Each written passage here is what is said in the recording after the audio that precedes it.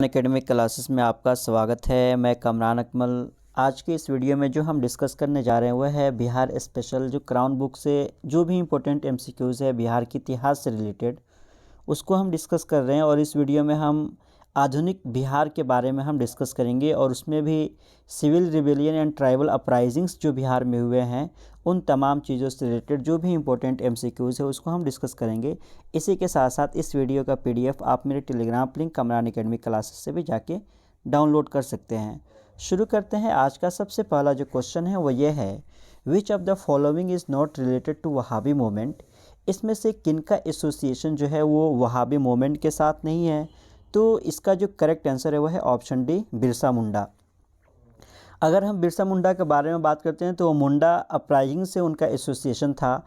और उसी के साथ साथ अगर हम वहाबी मोमेंट के बारे में बात करते हैं तो वहाबी मोमेंट को सैयद अहमद ऑफ रायबरेली ने उत्तर प्रदेश में 1820 में वहाबी मोमेंट को एस्टेब्लिश किया था।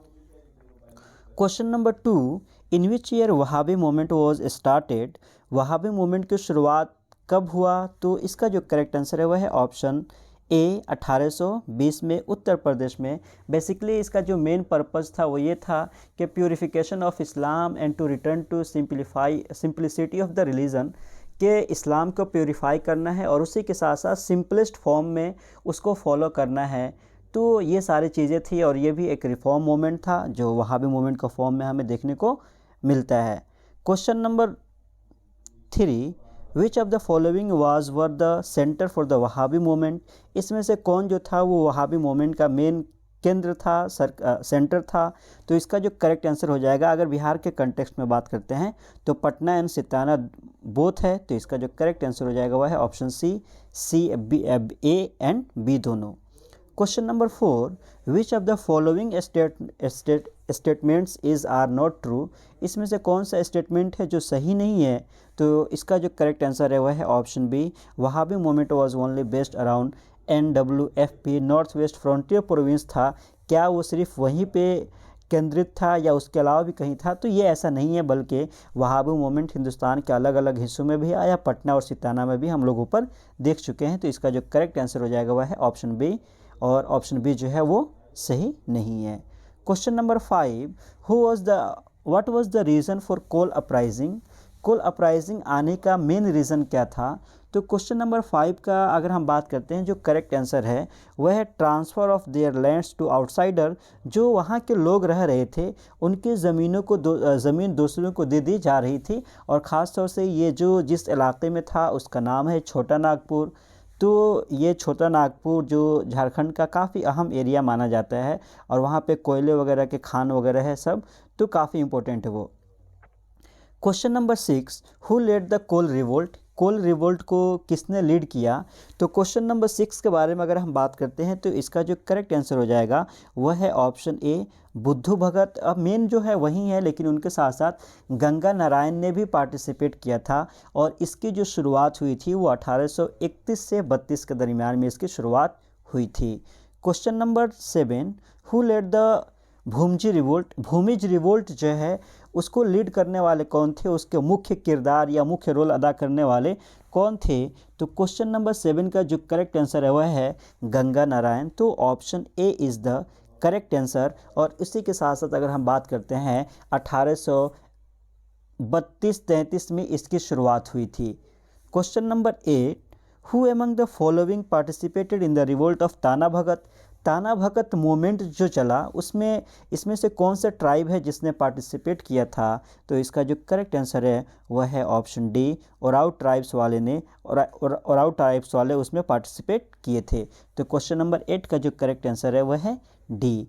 Question number 9, the Tana Bhagat movement was essentially a dash movement. वो किस टाइप का मूवमेंट था शुरुआती दौर में और फिर जाके वो है अपराइजिंग या ट्राइबल मूवमेंट के फॉर्म में आ जाता है। तो इसका जो करेक्ट आंसर है वह है ऑप्शन ए, रिलीजियस। ये धार्मिक तौर पे एक मूवमेंट था, लेकिन बाद में जाके वो ट्राइबल मूवमेंट में कन्वर्ट हो जाता है। Question number 10, the occupation of which of the following regions led the Ho uprising. इसमें से कौन से ऑक्यूपेंट थे, कहाँ के ऑक्यूपेशन वाले थे जिन लोगों ने हो अपराइजिंग को लीड किया। तो अगर क्वेश्चन नंबर 10 के बारे में बात करते हैं तो इसका जो करेक्ट आंसर है वह है ऑक्यूपेशन ऑफ सिंहभूम, सिंहभूम के इलाके में वहाँ पे जो भी पेशावर थे उन लोगों ने इस मूवमेंट की शुरुआत की थी, और इस मूवमेंट की जो शुरुआत हुई थी वो 1820 में हुई थी।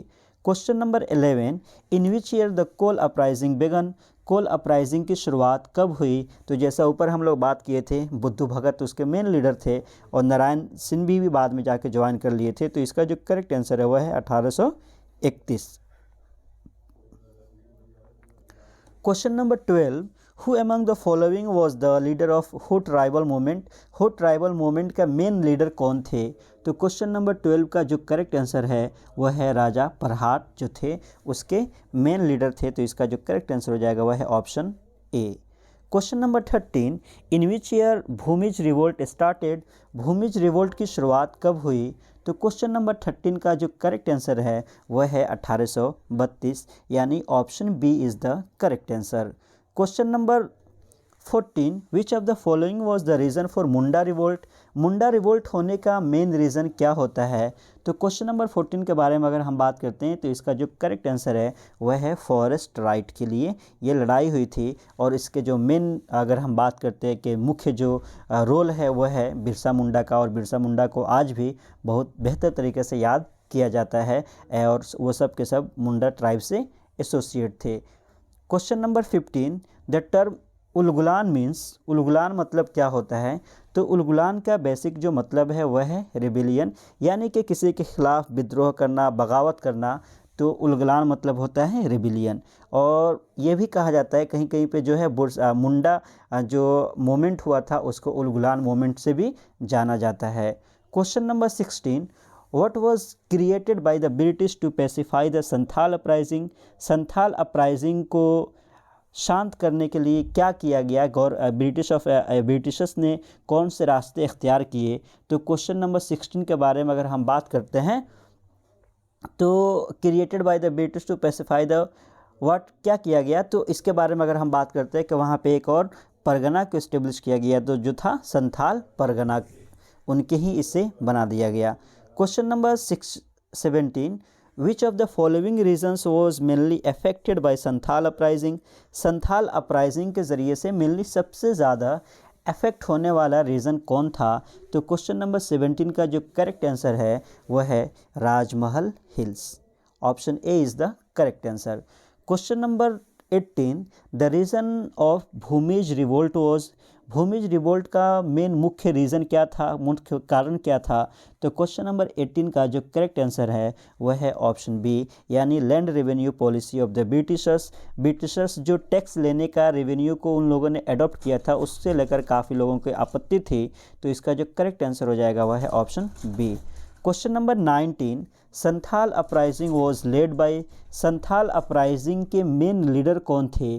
तो इसका जो करेक्ट आंसर है वह है सिद्धू एंड कानू, और सिद्धू और कानू जो थे वो दोनों भाई थे। तो ये भी कभी कभी पूछ दिया जाता है, तो ये आपको याद रखना है। And last one is which of the following statements is are true, इसमें से कौन सा एक स्टेटमेंट या दोनों स्टेटमेंट सही है? तो क्वेश्चन नंबर 20 का जो करेक्ट आंसर है वह है ऑप्शन डी, यानी कि बोथ ए एंड बी दोनों सही है। Santhal uprising was led by Sidhu and Kanhu, and Wahabi movement was led by Syed Ahmad of Raebareli in 1820। तो यह है 20 करेक्ट MCQs जो आपको अपराइजिंग से रिलेटेड है। तो ये भी आपके एग्ज़ाम के लिए ज़्यादा इम्पोर्टेंट है, और ये सब के सब बिहार का पर्सपेक्टिव में है।